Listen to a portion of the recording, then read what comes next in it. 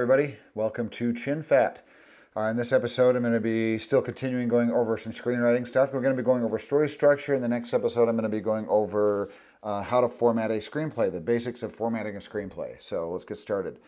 This is a quote I like to have from that I like to give from William Goldman, the screenwriter for The Princess Bride and Maverick. Not Top Gun Maverick, but the Maverick with Jodie Foster and Mel Gibson. Anyway, sometimes when you get a concept, you get what you think is a good concept for a film, whether it be a short film or for a feature film. Then once you've got that basic concept down, like a synopsis or something, the next thing you probably need to do is start figuring out a plot line, and that plot line needs to be structured as well, to be told in a very efficient manner, and in a manner that like a lot of people would watch and say, hey, that movie worked, that plot worked. The basics of structuring a story kind of stems back like thousands of years to these successful stories that have been written over time and have kind of stuck around and have withstood the test of time. But a lot of these stories today are based off of this ancient storytelling format, which is called the three-act story structure. This was observed by Aristotle. It wasn't created by Aristotle, but it was observed by Aristotle. He observed stories that were very successful even in his time. He lived like almost 1,500 years ago, and he was like talking about these stories, things like the Iliad from Homer, the Odyssey, stuff like that, and talking about what made them successful in his opinion. Aristotle stated that a plot must have a beginning, middle, and end to work. It says it also must be universal in significance, have a determinate structure, and maintain a unity of theme and purpose. So this three-act story structure kind of looks like this. Now there's variations on this, of course, and story structure can get a lot more complex than this as well, but these are the basics here. Almost any movie that you watch in the theater is going to be based off of this three-act story structure. Act 1 being the beginning, Act 2 being the middle, and Act 3 being the end. As Aristotle stated, every story must have a beginning, middle, and end. So Act 1 is also known as the setup, Act 2 oftentimes known as the execution, and Act 3 is known as the resolution. Another way for just saying kind of beginning, middle, and end, but it kind of implies what sort of storyline you have that has to take place during these exact acts. Act 1, the setup. Oftentimes what happens in Act 1 is you introduce a protagonist. Now a protagonist is going to be the main character, it's going to be the hero of the story typically. Someone like if you think of Luke Skywalker in Star Wars A New Hope. And oftentimes we will see this protagonist in what we call homeostasis. We see them living their kind of mundane day-to-day life, the lives that they're living, just wanting to live. And then the next step about the protagonist here is you introduce very specific characteristics. These characteristics that you establish oftentimes deal with the conflict that is presented at the end of Act 1. Yeah, so those characteristics are going to come in direct conflict at some point. So if you have somebody, let's say that you have a character that you introduce that is put into a situation where they have to go to the top of a mountain to rescue a child or something like that. A child stranded on top of a mountain. I don't know how they got there, but let's say there's character is like the only one that can run up there and save this child. Now, if this character is somebody that's like a mountaineer and they can run up to the top of a mountain, grab this child, snatch and bring him down, that's not very interesting. So you try to start thinking of some way to make these characteristics and the conflict and the conflict that's introduced to make it interesting. One way to make that happen is think of a little bit of irony, almost like if you have maybe introduce a superhero that has the ability to fly. So what could happen to this character that would make it interesting? Well, maybe you give them a character flaw such as they're afraid of heights. So if they're afraid of heights, that means that's some irony right there. They have the ability to fly, but in order to do great things, they have to overcome the fear of heights that they have. So that could be the story right there. So within Act 1, you set up the character, you introduce a protagonist, you introduce their characteristics, and then at the end of the Act 1, usually something happens at the end of Act 1 that could be like a life-changing event, some big event that happens to them that kind of threatens to throw them out of this homeostasis. After that conflict is introduced, we move into Act 2. So this is where the character, right after that conflict happens, they start trying to determine what they need to do, and they realize they've got to do something to overcome this conflict that's been introduced. If you look at something like Stranger Than Fiction, we introduce this character that's an IRS agent that's like trying hard to do his job as an IRS agent. His life is kind of boring and he just wants nothing to go wrong and just keep on going, but then all of a sudden a voice starts narrating in his head and it almost seems like he's living the life of a novel, of a book.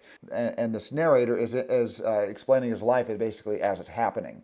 In fact, Harold had never once paid attention to his watch other than to find out the time. And honestly, it drove his watch crazy. And by the end of Act 1, he finally hears this voice say, little did he know that he was going to die.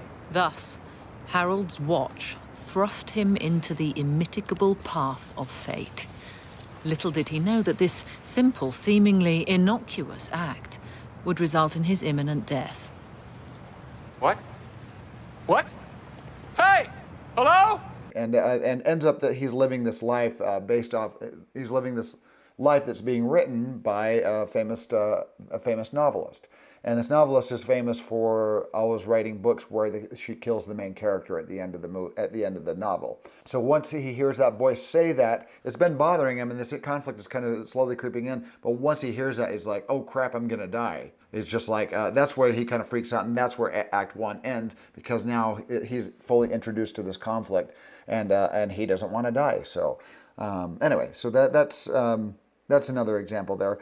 So the protagonist battles to overcome that conflict. Oftentimes throughout, this is usually the longest act as well. Act 1 in a typical movie that's like a 2-hour movie may last like 20 to 25 minutes to set up the film. And then Act 2 is all about that confrontation, about dealing with that confrontation. And that usually takes anywhere from like 40 to 60 minutes for Act 2. Then Act 3 kind of sums up the movie, and we have the resolution in about another 20 to 25 minutes is the way that kind of works out.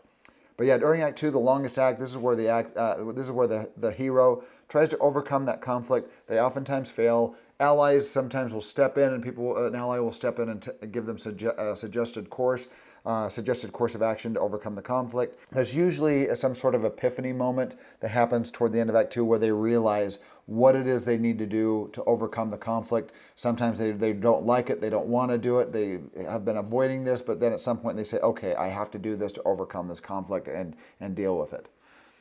So that once they decide to make that, once they make that decision and they're going to hit that conflict head on with all their strength, we move into Act 3. And Act 3 is all about that final attempt to overcome that conflict. So the protagonist attempts one final time to overcome the conflict, and this leads to what we call the climax of the film oftentimes. It happens in the third act when there's that final push, that final battle to overcome the conflict. And then as a result of that push, the problem is either solved or resolved to some extent. And oftentimes at the end, whether they've overcome the conflict or they've learned to deal with it, or they say if you can't beat them, join them sort of situation where the character hasn't been able to overcome the conflict, but they learn to deal with it. They come through this situation as a changed person oftentimes. And this is called a character arc, where that character has changed from the beginning to the end. This is also called a dynamic character as opposed to a static character. Sometimes there are static characters in movies, not usually the heroes, but usually characters that have already been through some sort of conflict, and when a big event happens, they don't change. They've already been through it, so that's called a static character. And oftentimes the protagonist goes back to their homeostasis when they're done. I can't help but think of Frodo in the Lord of the Rings movie series at the end. I mean, the books as well. The books are a little bit different, but at the end we have Frodo returning to the Shire, which is exactly pretty much the same way it was as when he left it. I think that worked well for the movies. It was a bit different from the book. The book had a little bit of a different ending. The ending is a little bit different in the book, but I still like the ending in the Return of the King, where Frodo returns back to the Shire. He's a complete changed person. He's been through all of these kind of horrific events and adventures, but everybody else in the Shire is pretty much these static characters that have stayed the same over the entire story while he has changed. But he was going back to that homeostasis back in the Shire, back to his life, and we know he didn't stay there. He couldn't really handle that. He's been through too much, and he ends up going off with the elves. So that is pretty much kind of the basics of the 3-act story structure. Perhaps at some future date, maybe soon, I will do something showing a little bit more complex story structure, and perhaps even showing some examples.